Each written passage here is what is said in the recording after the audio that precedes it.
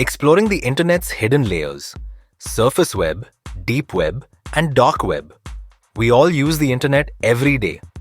But have you ever thought about how much of it you actually see? Imagine that the internet, as you know it, is just the tip of the iceberg. That's right. In fact, what we see, social media, search engines, online shopping, makes up only around 5 to 10% of the entire internet. So what's hidden in the rest? Today, we're diving deep into the layers of the internet to uncover what lies beyond the surface web, where we browse, shop, and stream every day.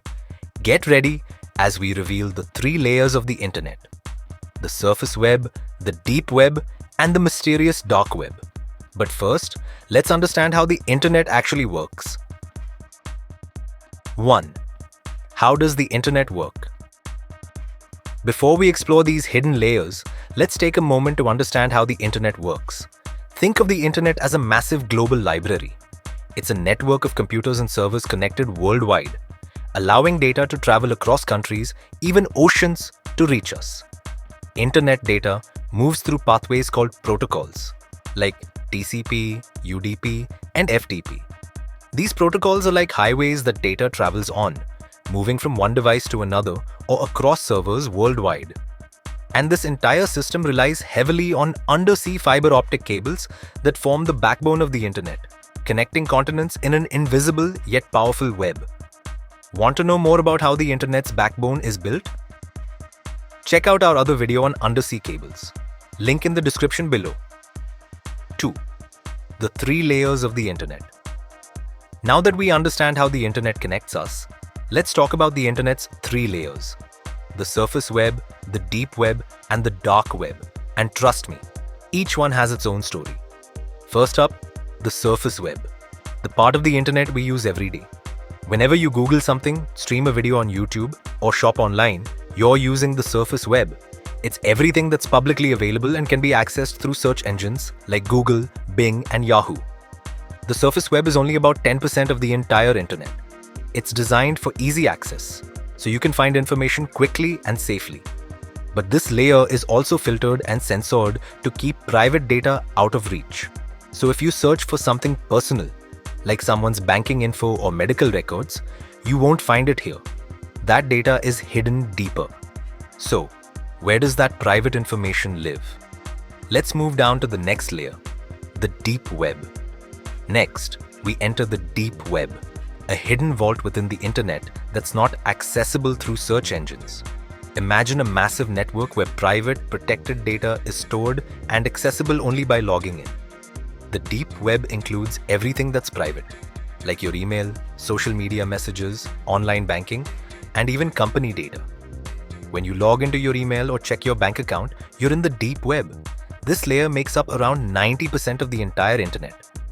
Unlike the surface web, it's all about privacy, requiring authentication, like usernames, passwords, and 2-factor security. This ensures that only you can access your sensitive information.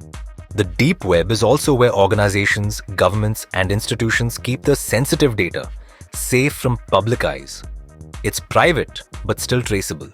Now, this next layer takes privacy to a whole new level: the dark web. And now, we come to the dark web. If the deep web is a locked vault, then the dark web is a shadowy underground network. This layer is part of the deep web, but functions in a completely anonymous way, creating a space that's hidden from traditional search engines and requires special tools to access. To explore the dark web, you need a special browser called Tor, which uses a technology called onion routing. Unlike regular browsing, onion routing layers your identity with multiple routes, making it nearly impossible to trace your online activity.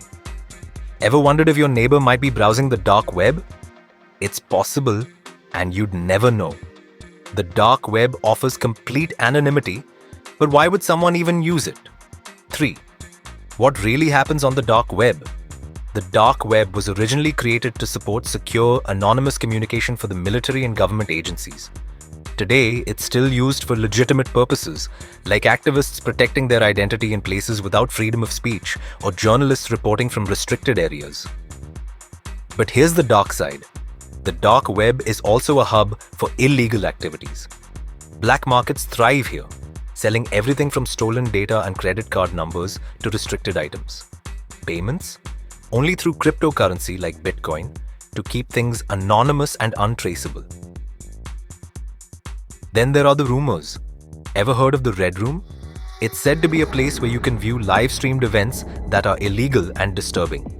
These are only accessible through hidden links, requiring special access. While these stories sound like something from a horror film, they highlight the mystery and danger of the dark web.